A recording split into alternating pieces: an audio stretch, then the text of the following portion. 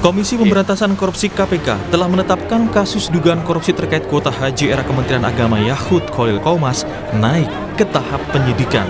Namun hingga kini dalam kasus ini KPK belum menetapkan tersangka. Ketua KPK Setio Budianto menyebut penetapan tersangka dalam dugaan korupsi kuota haji 2024 akan disampaikan secepatnya. Menurut Setio, penetapan itu didasarkan pada hasil pemeriksaan serta penelaahan terhadap seluruh barang bukti yang telah dikumpulkan. Ya pasti kalau target ya harapannya kan sudah positif ya. Tapi kan kembali kepada hasil daripada pemeriksaan dan terhadap dokumen barang bukti yang relevan dengan perkara tersebut. Kalau sekiranya mungkin belum, ya tentu pasti waktunya diperpanjang. Kemudian yang kedua, ya karena ini penerapannya adalah pasal 213, maka nanti akan dilakukan permintaan audit kerugian keuangan negara ke auditor. Nah, dari situlah nanti dipastikan bahwa ada kerugian keuangan negara untuk memperkuat persangkaan terhadap para tersangka. Sebelumnya KPK menggeledah kantor Direktorat Jenderal Penyelenggaraan Haji dan Umroh Kementerian Agama 13 Agustus 2025. Selama lebih dari 13 jam, penyidik KPK keluar dari gedung dengan membawa 3 buah koper yang diduga berisikan alat bukti tambahan kasus dugaan korupsi kuota haji yang kini tengah disidik KPK. Selang 2 hari, KPK juga menggeledah rumah Yakut Khalil di Jakarta Timur, Jumat 15 Agustus 2025. Di sana, KPK menyita sejumlah dokumen dan barang bukti elektronik. Dari penggeledahan yang tim lakukan di rumah saudara YJQ, ya, tim mengamankan sejumlah dokumen dan barang bukti elektronik. Jadi dari BB itu nanti tentu penyidik akan melakukan ekstraksi untuk mencari petunjuk-petunjuk dan juga bukti untuk mendukung penanganan perkara ini. Nah, nanti akan diekstraksi, ya, akan dibuka isinya. Kita akan lihat informasi-informasi yang ada di dalam BB tersebut.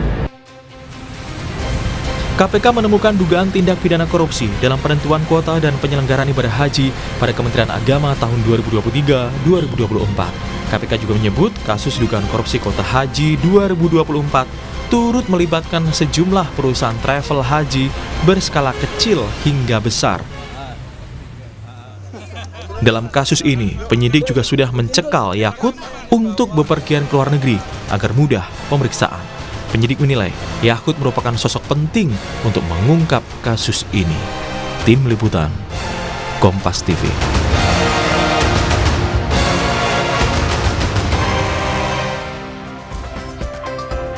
Saudara, Komisi Pemberantasan Korupsi telah menetapkan kasus dugaan korupsi terkait kuota haji era Menteri Agama Yakut Khalil Qomas naik ke tahap penyidikan. Namun hingga kini belum ada penetapan tersangka. Apa yang menjadi pertimbangannya? Sudah bergabung bersama kami juru bicara KPK Budi Prasetyo dan peneliti Pusat Kajian Anti Korupsi PUKAD UGM Zainur Rohman. Selamat pagi Mas Budi dan Mas Zainur. Selamat pagi Mas. Terima kasih. Mario, Mas Zainur, selamat Mas Budi, pagi. Mas Zainur sudah bergabung di Dialog Sapa Indonesia Pagi pada hari ini. Saya ke Mas Budi terlebih dahulu. Mas Budi, setelah deretan aksi yang dilakukan oleh KPK masuk tahap penyidikan, penggeledahan, apa update terbaru terkait dengan dugaan kasus korupsi kuota haji ini? Ya, Mas Mario, penyidik tentu nanti akan mendalami dari hasil penggeledahan yang sudah dilakukan dalam sepekan terakhir, di mana dalam penggeledahan tersebut KPK menemukan beberapa dokumen yang diduga terkait dengan perkara dan juga barang bukti elektronik yang tentu nanti juga akan dibuka dan dianalisis dalamannya begitu, sehingga nanti bisa memberikan petunjuk dan juga bukti-bukti yang dibutuhkan oleh penyidik untuk mengungkap perkara ini. Di samping dokumen dan barang bukti elektronik, penyidik juga telah menyita beberapa aset, baik dalam bentuk kendaraan maupun aset-aset properti. Tentu ini juga menjadi langkah awal penyidik untuk aset recovery. Di mana kita ketahui kerugian negara dari hitungan awal penyidik adalah lebih dari 1 triliun. Artinya ini jangan sampai hanya berhenti di angka, tapi juga harus ada upaya optimal untuk mengembalikan pemulihan keuangan negara. Begitu, Mas Mario.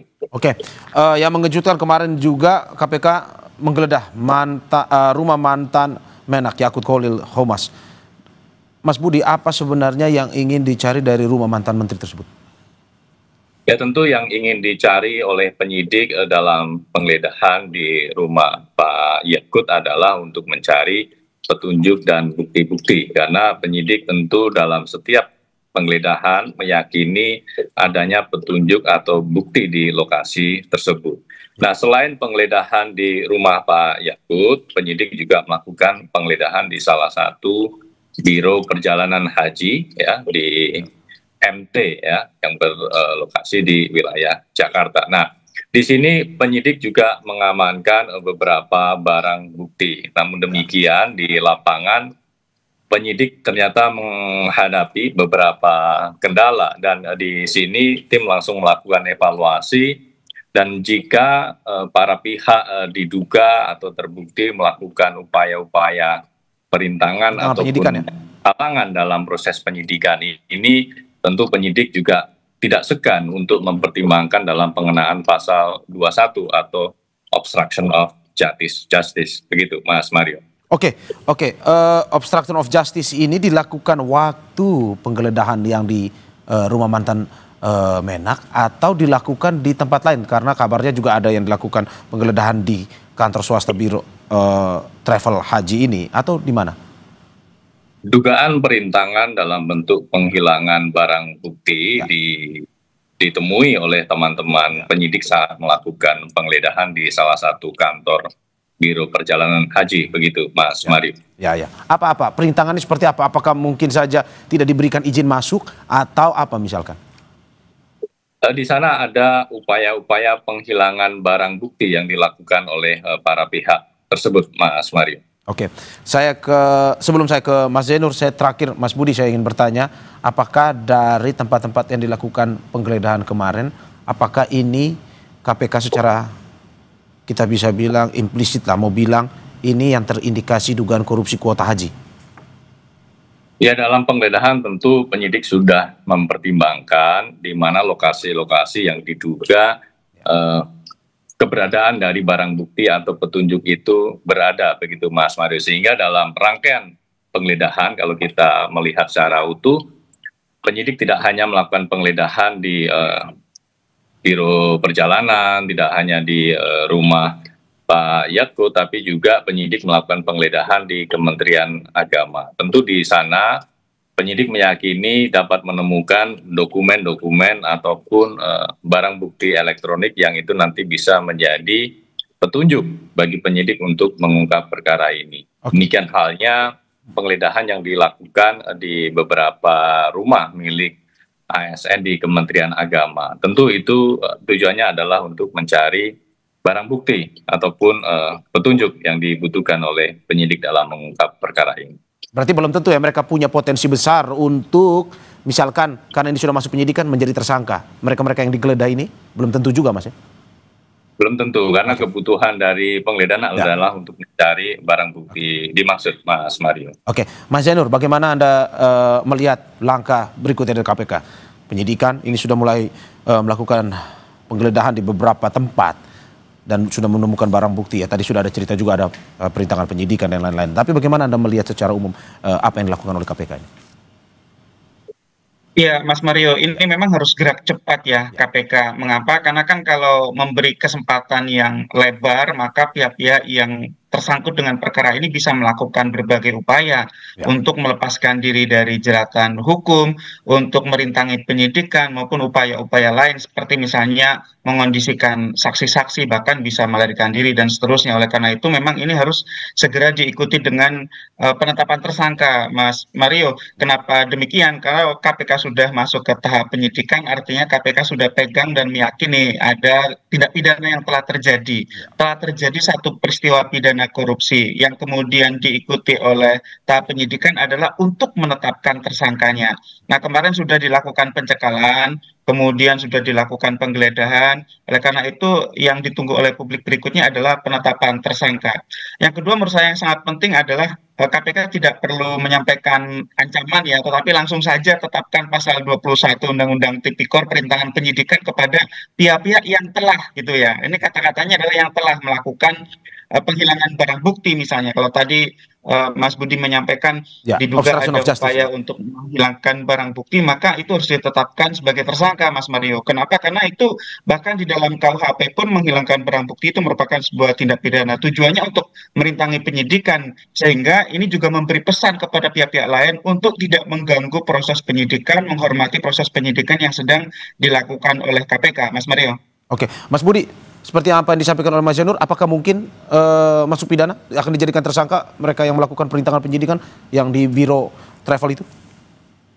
Ya, Mas Mario, tentu apa yang disampaikan Mas Yainur, kami menyampaikan terima kasih dan apresiasi karena ini dukungan penuh masyarakat terhadap KPK dalam penanganan perkara ini.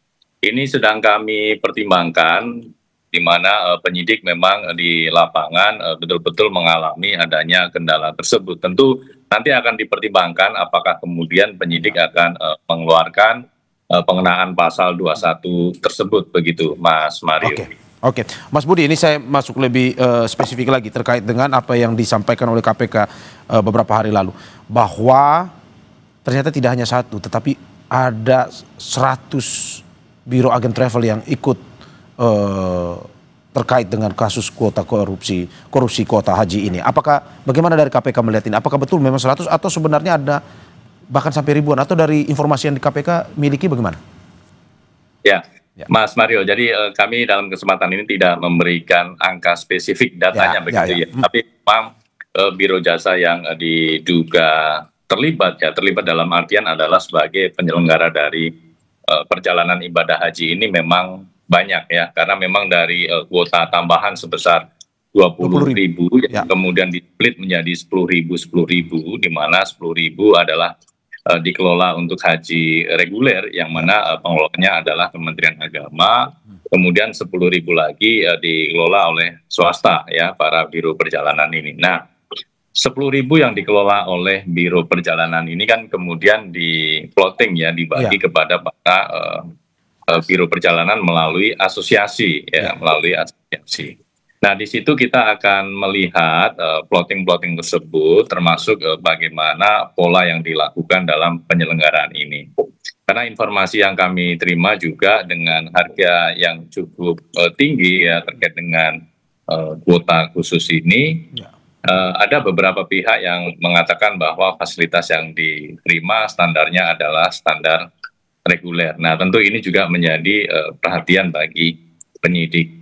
Demikian halnya dalam penghitungan keuangan negara. Tentu ini juga akan menjadi salah satu poin ya dalam menghitung yang akan dilakukan nanti oleh teman-teman di BPK. Begitu, Mas Mario. Oke, Mas Budi, apakah betul katanya ada perantara yang menjembatani antara Kementerian Agama dan juga travel ini untuk memuluskan terkait dengan dugaan adanya permainan di kuota haji ini? Itu masih kami dalami, Mas Mario. Demikian halnya terkait dengan asosiasi-asosiasi yang di sini berperan melakukan plotting terhadap kuota khusus ini kepada para biro perjalanan. Termasuk kami akan dalami juga terkait dengan dugaan aliran uang dari para biro perjalanan ini kepada pihak-pihak tertentu. Nah, semuanya nanti akan kita lihat pola dan konstruksinya seperti apa, sehingga sebagaimana tadi disampaikan Mas Yainur, dari bukti-bukti dan petunjuk tersebut KPK secepatnya akan menetapkan siapa saja yang bertanggung jawab, siapa saja yang kemudian menjadi tersangka dalam perkara ini. Oke, kalau Mas Yainur, sebelum saya ke Mas Yainur, saya ke Mas Budi, kapan sebenarnya waktu mereka mungkin saja akan dipanggil atau dipanggil lagi? Misalkan Menteri Yakut atau mantan Menteri Yakut ataupun Biro Perjalanan Haji. Dari KPK kapan akan mungkin memanggilnya? Secepatnya, Mas Mario, karena memang dalam tahap penyelidikan KPK juga telah melakukan pemanggilan dan permintaan keterangan kepada para pihak tersebut. kemudian begitu naik ke penyidikan ya, di mana KPK mengeluarkan sprindik umum, artinya belum ada tersangka. KPK kemudian melakukan penggeledahan ya di beberapa lokasi. Tentu dari hasil penggeledahan yang telah dilakukan tersebut, KPK nanti tentu akan melakukan konfirmasi kepada para pihak yang terkait. Nah, dari puzzle-puzzle keterangan ini, itulah yang nanti akan membentuk suatu konstruksi, yang membentuk suatu alat bukti untuk penyidikan perkara ini, begitu Mas Mario. Oke, saya ke Mas Zainur. Mas Zainur, ini seperti Anda bilang tadi, ini KPK sudah mulai melihat ataupun melakukan gerak yang lebih cepat dalam kasus korupsi kuota haji ini. Bagaimana Anda melihat bahwa ternyata tidak sedikit pihak-pihak yang ini terlibat dalam dugaan korupsi kuota haji ini? Apakah memang ini sesuatu yang ya menjadi sebuah, kalau kita bilang, lahan bagi banyak orang, atau sebenarnya bagaimana kalau melihat, dan bagaimana Anda melihat reaksi KPK yang sampai saat ini sudah menemukan siapa-siapa saja yang diduga ikut dalam kasus korupsi, dugaan korupsi kuota haji ini? Ya, Mas Mario, Ya. kalau berkaca pada korupsi-korupsi di bidang pengadaan barang dan jasa, biasanya ada ya para penyedia barang dan jasa yang kemudian membeli paket dalam jumlah besar, Ya. membayar, memberikan suap gratifikasi kepada penyelenggara negara untuk mendapatkan paket pekerjaan. Kemudian nanti oleh mereka akan disubkonkan kepada pemborong-pemborong kecil. Nah, ini tidak tertutup kemungkinan yang seperti ini juga terjadi di kasus korupsi kuota haji ini. Misalnya dari KPK menyampaikan telah ditemukan ya bukti adanya aliran uang. Ya, berarti kan ini ada yang sudah membeli kepada penyelenggara negara di Kementerian Agama. Yang perlu diteliti selanjutnya adalah setelah mereka mendapatkan kuota 10.000 alias 50%, itu kemudian bagaimana distribusinya? Apakah distribusinya itu didistribusikan dengan normal? Ya, nggak mungkin lah kalau menurut saya itu normal. Kalau dia dapatnya dari beli, maka kemungkinan akan dijual lagi, Mas Mario. Oke, Mas Zainur, Anda mau bilang bahwa yang PHK dapat lain. pemain besar, yang dapat ini pemain besar, tetapi akhirnya dibagi-bagi atau dijual ke pemain-pemain kecil, begitu? Seperti itu? Sepertinya itu yang harus diteliti oleh KPK. Oke. Dugaan ke arah sana yang kemudian harus dibuktikan dengan cara meminta bantuan kepada PPATK untuk menelusuri transaksi keuangannya. Ya. Kan nanti kelihatan, Mas Mario, Ya. yang kecil-kecil beli kepada pengepul besarnya beli kepada penyelenggara negara. Kalau terdapat informasi yang seperti itu, maka semua pihak yang turut membeli paket kuota ini harus dijerat dengan pidana. Kenapa? Karena kan ujungnya mereka memberikan suap atau gratifikasi kepada penyelenggara negara. Jadi ini Mas Mario, ini sepertinya memang satu modus yang umum gitu ya. Kenapa? Karena kan ada pihak-pihak yang punya channel kepada penyelenggara negara memiliki kewenangan untuk menetapkan kuota. Nah, pihak yang besar itu, Mas Mario, kemudian mengecerkannya kepada yang kecil-kecil. Itu di kasus-kasus korupsi pengadaan barang dan jasa jamak sekali terjadi gitu ya. Bahkan ada banyak dalam kasus pengadaan barang dan jasa itu perusahaan cuma modal bendera saja, Mas Mario. Dia tidak punya alat produksi, dia tidak punya apapun. Dia Fasilitas punya lah. koneksi, pinjam bendera kemudian mendistribusikannya, Mas Mario. Oke, Mas Budi, Anda mau bilang bahwa kalau pengusaha-pengusaha kecil atau agen travel kecil ini misalkan tidak tahu dia membeli pada akhirnya dari agen travel besar, apakah dia juga termasuk salah satu yang bisa dipidanakan? Tentu nanti kami akan mendalami hal tersebut, Mas Mario, apakah memang ada mens rea-nya begitu, juga terkait dengan memastikan adanya aliran-aliran uang yang diberikan para biro jasa perjalanan tersebut kepada pihak-pihak tertentu ya, termasuk yang di Kementerian Agama. Tentu kami akan mendalami semua informasi-informasi sebagaimana Mas Zainur sampaikan ya. Termasuk Mas Zainur pesan tadi soal bahwa modus seperti ini jamak terjadi, tentu ini juga menjadi concern KPK, terlebih ini di salah satu sektor pelayanan publik, yaitu ibadah haji. Karena dampak yang dirasakan betul-betul langsung kepada masyarakat yang sudah lama mengantre, yang sudah lama menunggu untuk bisa melakukan ibadah suci ini, kemudian karena adanya pergeseran kuota ini kemudian menjadi tertunda lagi. Yang kedua tentu ini juga berdampak pada harga yang kemudian harus dibayar oleh para calon jemaah haji, karena tentu sudah ada spare ya untuk komitmen fee ya atau untuk kutipan yang sudah disiapkan oleh para biro perjalanan ini kepada pihak-pihak tertentu. Kemudian kan seperti itu, karena kalau kita melihat tipologinya atau modusnya adalah adanya aliran yang diberikan Biro Perjalanan kepada Kementerian Agama. Nah, ini semua akan didalami, Mas Mario, konstruksinya seperti apa. Oke, dan Mas Budi, pertanyaan lanjutan saya bahwa ini seturut dengan apa yang disampaikan oleh KPK kemarin terkait dengan komitmen fee itu, katanya ada pihak di Kementerian Agama yang menerima puluhan hingga ratusan juta rupiah. Apakah benar itu sudah masuk dalam yang diketahui oleh KPK? Tapi sebelum Mas Budi menjawab, kita saksikan usai jeda berikut.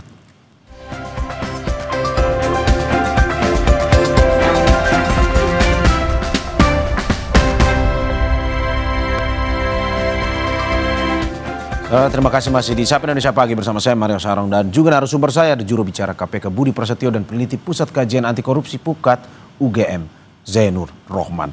Saya masih ke Mas Budi. Mas Budi, benarkah info bahwa ada beberapa pihak di Kementerian Agama untuk memuluskan terkait dengan pembagian kuota haji ini menerima fee besarannya puluhan hingga ratusan juta rupiah? Konfirmasinya seperti apa, Mas?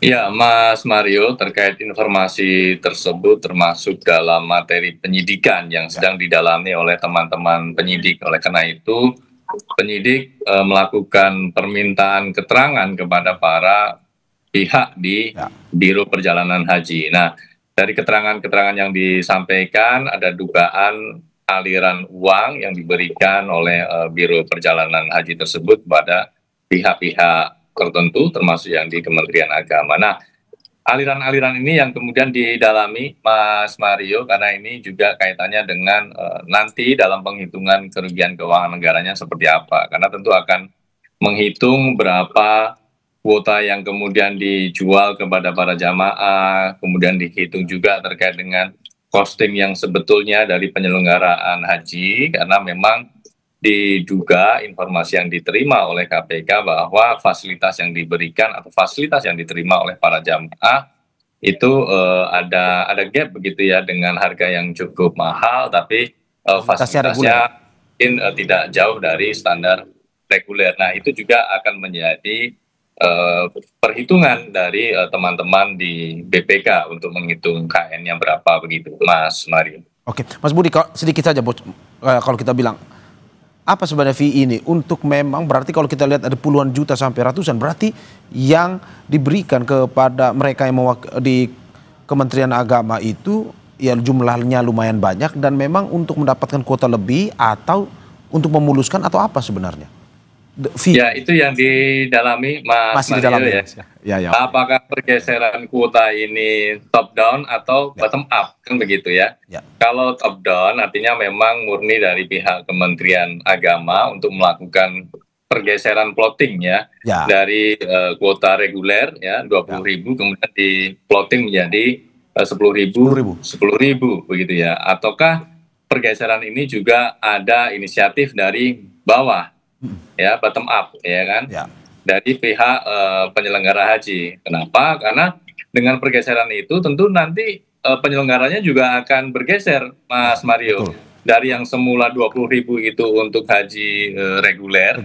Tapi kalaupun mau digeser itu kan splitnya dibatasi 92% untuk reguler, 8% untuk khusus begitu ya. Tapi karena ada diskresi itu kemudian menjadi 50%. Nah, artinya kuota yang kemudian menjadi kewenangan atau yang diselenggarakan oleh para biro perjalanan ini juga menjadi lebih besar dari yang semula hanya 8% atau sekitar 1.600 ya dari angka total 20.000 kemudian naik menjadi 10.000 ya atau 50% dari 20.000. Artinya ada penambahan sekitar 8.400 ya yang dikelola oleh pihak swasta. Nah, tentu ini juga akan berpengaruh ya terhadap nilai yang kemudian dikelola oleh para biro perjalanan ini, plottingnya ke siapa saja, berapa saja, bagaimana pengaturannya, termasuk ujungnya adalah terkait dengan aliran uang, sehingga konstruksinya menjadi utuh begitu, Mas Mario ya. Oke. Di awal sudah ada diskresi, kemudian di ujung nanti ada aliran. Artinya ini mungkin Mas Yainur sering sebut state capture corruption begitu ya, Mas Yainur ya. Oke. Suatu perbuatan korupsi yang paripurna begitu, Mas Mario. Saya ke Mas Yainur. Mas Yainur, kalau melihat fee bagi Kementerian Agama yang disampaikan kemarin itu puluhan juta hingga 100 juta. Berarti yang kecil-kecil seperti ini ya di Kementerian Agama ya juga menerima dong ya. Kalau dalam arti bahwa untuk urusan-urusan yang ya kalau kita bilang kecil untuk urusan yang kecil ya. Ya, Mas Mario, soal penerimaan itu KPK menurut saya sangat mudah untuk membuktikannya ya. Bisa minta bantuan PPATK, kemudian melakukan digital forensik gitu ya. Dan soal-soal memberikan fee kepada penyelenggara negara itu sudah sangat jamak di Indonesia ya. Dikit-dikit fee gitu ya.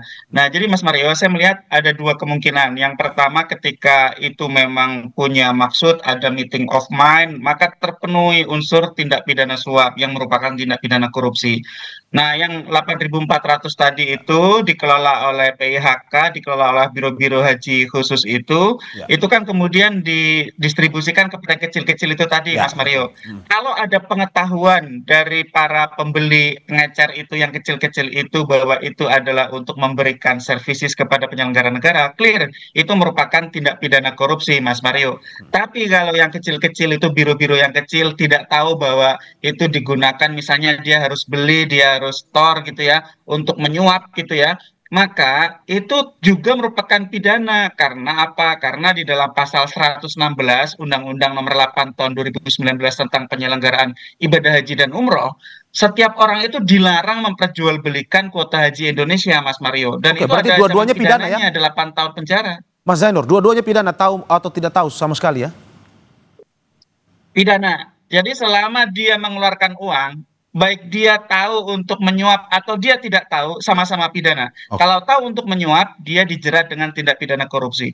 Kalau tidak tahu itu untuk menyuap, maka dia kena pasal 116 Undang-Undang Penyelenggaraan Ibadah Haji dan Umroh, Mas Mario. Oke, Mas Zainur, saya ingin menggali lebih sedikit. Menurut Anda dengan perubahan kuota dari sebelumnya 98 menjadi 50-50, menurut Anda perubahan ini memang dilakukan untuk melakukan korupsi di situ, ataukah memang sebenarnya ini untuk masyarakat aja, untuk membantu masyarakat aja, atau bagaimana menurut Anda? Kalau dari hasil analisis Anda. Sekarang posisikan pada posisi masyarakat gitu ya. Masyarakat menunggu sekian lama ya. Kemudian pemerintah berhasil mendapatkan kuota tambahan. Mengapa pejabatnya kemudian ketika sudah mendapatkan kuota tambahan itu dalam tanda kutip diberikan kepada haji khusus yang tanpa antrian panjang itu? Kan nggak logis, Mas Mario. Kalau pejabat Indonesia itu kan logikanya adalah memperjuangkan kesejahteraan rakyat. Kenapa kemudian diberikan untuk yang tidak perlu antri ya? Karena ada uang gitu ya. Kenapa kemudian tidak dibagi sesuai dengan aturan undang-undang? Mempertaruhkan risiko gitu ya. Nah, biasanya dalam teori korupsi gitu ya, karena ada insentif. Orang mempertaruhkan sesuatu, mempertaruhkan jabatan, mempertaruhkan nama untuk sesuatu yang melanggar undang-undang, kan nggak masuk akal, Mas Mario. Ya biasanya adalah karena adanya insentif gitu. Nah, sekarang bayangkan ini semua tentang apa sih? Tentang scarcity, tentang kelangkaan gitu ya. Kenapa? Karena ada sekitar 240-an ribu jemaah haji setiap tahunnya diberangkatkan ke Tanah Suci begitu ya. Sedangkan yang antri itu jutaan. Nah, oleh karena itu setiap tambahan kuota itu sangat berarti. Apakah akan diberikan secara reguler yang tidak akan menghasilkan apa-apa dalam tanda kutip, atau diberikan kepada kuota haji khusus yang bisa dijual gitu ya. Dijual ini dalam dua makna ya. Yang pertama adalah meminta imbal balik berupa korupsi, atau dijual di antara sesama PIHK itu sendiri yang juga sama-sama tindak pidana. Jadi menurut saya ini dari sisi motif sih sudah sangat kuat sekali, Mas Mario. Orang kenapa sih mempertaruhkan jabatannya untuk melanggar undang-undang gitu ya? Pertanyaan saya sederhana itu, Mas Mario. Ya karena orang mencari insentif gitu ya. Kemudian kan beralasan, oh tidak, ini tidak melanggar hukum karena ini kan sesuai dengan kesepakatan Saudi gitu ya. Mana ada Saudi itu mengatur sampai sedetail itu. Saudi memberikan ya sudah diatur oleh aturan masing-masing di negara masing-masing gitu ya. Kemudian inilah yang kemudian harusnya oleh Kementerian Agama dialokasikan sesuai dengan ketentuan undang-undang pasal 64 ayat 2 Undang-Undang nomor 19 tahun 2019 gitu ya. Seharusnya itu kan dialokasikan 92 dan 8. Kemudian kenapa menjadi 50-50? Jadi Mas Mario dari sisi motif sih sudah sangat kuat, Mas Mario. Oke, Mas Zainur terakhir sebelum saya ke Mas Budi lagi. Berarti kalau kita bilang tadi juga Mas Budi sudah sampaikan bahwa ada yang membayar mahal tapi ternyata fasilitasnya reguler. Menurut Anda Mas Zainur, berarti selama ini ada juga mungkin yang telah membayar mahal misalkan ke haji khusus misalkan untuk berangkat. Dalam pembayaran atau uang yang dibayarkan itu mungkin saja harga mahalnya itu salah satunya juga buat fee sebenarnya. Menurut Anda seperti itu? Tidak tertutup kemungkinan Mas Mario. Kenapa? Karena kan ini yang dibeli apa sih oleh para jamaah haji khusus ini? Yang dibeli adalah kelangkaannya, bukan pelayanan atau fasilitasnya gitu ya. Ya. Kalau pelayanan atau fasilitas itu kan dihitung mudah, Mas Mario, komponennya mudah. Tapi kalau sudah melibatkan cost korupsi gitu ya, itu kan kemudian menjadi tidak ada ukuran pastinya. Ya. Nah, itulah yang memang harus dilakukan penyidikan oleh KPK dengan meminta bantuan kepada PPATK. PPATK bisa membantu dengan sangat jelas, itu kan aliran uang itu semuanya bisa dirunut, bahkan uang dialirkan kemanapun dengan diserupakan, di layering, disembunyikan, dikelabukan gitu ya. Itu semuanya bisa di tracing oleh PPATK gitu, sehingga semuanya akan bisa jelas. Dan biasanya Mas Mario, ketika ada transaksi-transaksi haram, itu para pelaku menggunakan nomine, menggunakan nama-nama pihak lain, dititipkan ke famili, sanak saudara, ajudan, pembantu, pegawai, orang lain, ya tetangga bahkan.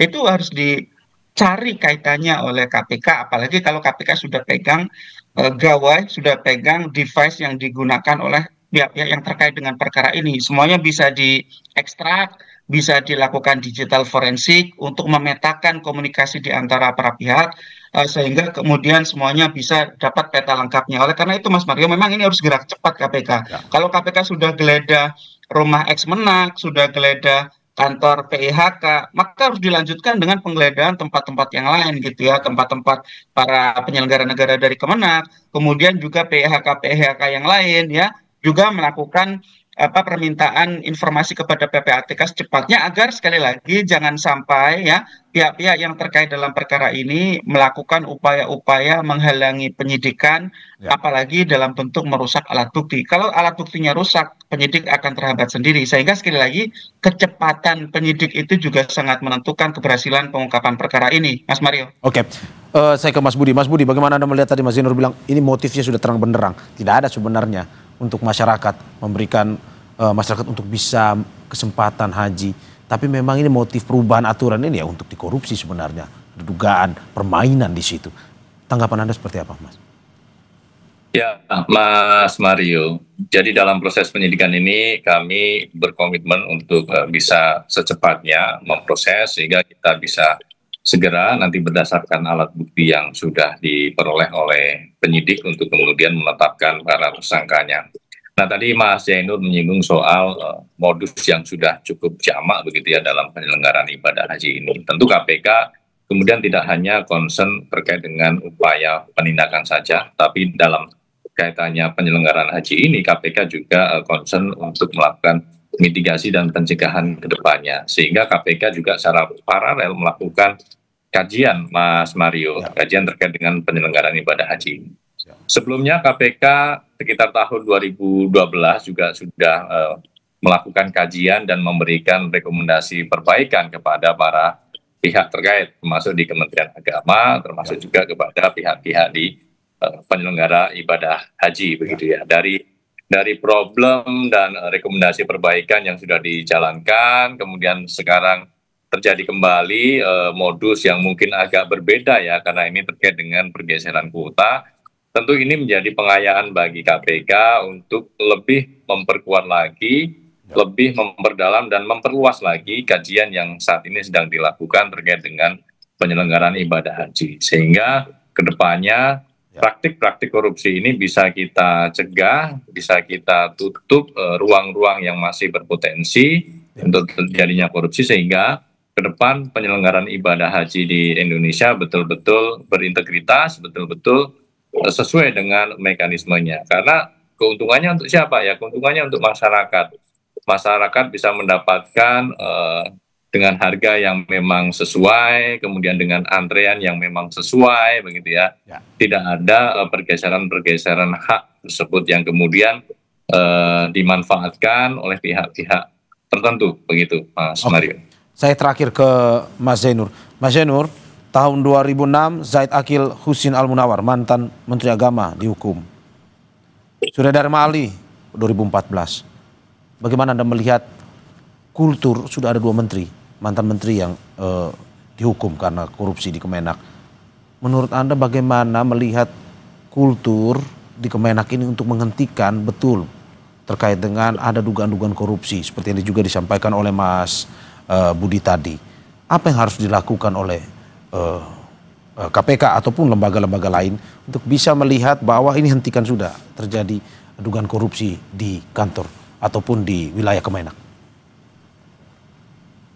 Mas Mario, ini perlu dilakukan scanning system ya, dengan corruption risk assessment. Jadi melakukan pemeriksaan terhadap institusi yang namanya Kemenak ini. Tujuannya untuk mengobati gitu ya. Jadi Kemenak juga harus membuka diri gitu ya. Susah orang untuk mengetahui penyakit di dalam dirinya sendiri, Mas Mario. Perlu bantuan orang lain. Itulah KPK yang memang diberikan tugas oleh Undang-Undang KPK. Memang tidak hanya menindak, salah satunya adalah untuk melakukan penelitian terhadap penyakit-penyakit korupsi di institusi-institusi itu gitu ya. Istilahnya adalah melakukan koordinasi, melakukan pendampingan gitu ya untuk pencegahan korupsi. Jadi dipetakan di area mana saja area rawan korupsinya gitu ya. Kalau penyelenggaraan ibadah haji tentu di sana ada area rawan di bidang pengadaan barang dan jasa, baik itu tentang transportasi, akomodasi, catering begitu ya, juga tentang kesehatan, juga soal kuota dan seterusnya gitu ya. Nah, kemudian dari sistem yang kemudian diteliti itu diberikan tawaran solusi pencegahannya, perbaikannya, agar kemudian bisa semakin lebih baik, terutama dari aspek pengawasan gitu ya. Nah, kemudian setelah itu di internal Kementerian Agama tentu harus melakukan reformasi secara mendasar, secara menyeluruh gitu ya, dan ini harus dari komitmen menterinya yang jelas-jelas memang ini sudah berkali-kali tersangkut kasus korupsi gitu ya, Mas Mario. Meskipun sekarang kan ada shifting ya, Mas Mario ya, tahun depan sudah ada Badan Penyelenggara Haji gitu ya, tetapi juga menurut saya di Kementerian Agama tetap beresiko kan, Mas Mario. Dari dulu ada kasus pengadaan komputer madrasah, ada kasus pengadaan pencetakan kitab suci, ada dan seterusnya gitu ya. Ini kan kita malu sendiri ya ketika ada banyak kasus korupsi di Kementerian Agama yang kita bayangkan ya isinya adalah orang-orang yang beragama, yang tidak doyan duit haram gitu kan, harusnya kan begitu, Mas Red. Sekali lagi ini soal tata kelola yang buruk, soal organisasi yang tidak sehat, ya soal bagaimana nilai integritas belum menjadi budaya di internal Kementerian Agama, dan itu membutuhkan bantuan dokter ya, dalam hal ini adalah KPK, dan KPK-nya sendiri kalau misalnya perlu melibatkan juga nih unsur-unsur dari eksternal ya, para pemangku Kementerian Agama, misalnya para ulama, kemudian dunia pendidikan tinggi ya, kampus, universitas, untuk membantu agar Kementerian Agama bisa memperbaiki diri gitu ya, reformasi di Kementerian Agama sehingga yang seperti ini tidak terus menerus terulang gitu ya. Saya hanya sebagai masyarakat saja kalau dengar kasus korupsi di Kemenak ikut malu dengarnya gitu ya. Seharusnya harusnya yang seperti korupsi itu adanya di Kementerian Setan gitu ya, bukan di Kementerian Agama gitu. Kementerian Agama yang lurus-lurus saja harusnya. Gitu Mas Mario. Oke. Ya, tadi seperti Anda bilang uang haram ya, bahaya juga. Terima kasih atas apa yang disampaikan, screening, dan juga kita berharap KPK lancar dan dalam mengusut dugaan kasus korupsi ini. Terima kasih juru bicara KPK Budi Prasetyo atas apa yang disampaikan, pun juga peneliti Pusat Kajian Anti Korupsi Pukat UGM Zainur Rohman. Terima kasih Bapak-bapak atas apa yang disampaikan pada hari ini. Sehat-sehat selalu. Terima kasih Mas.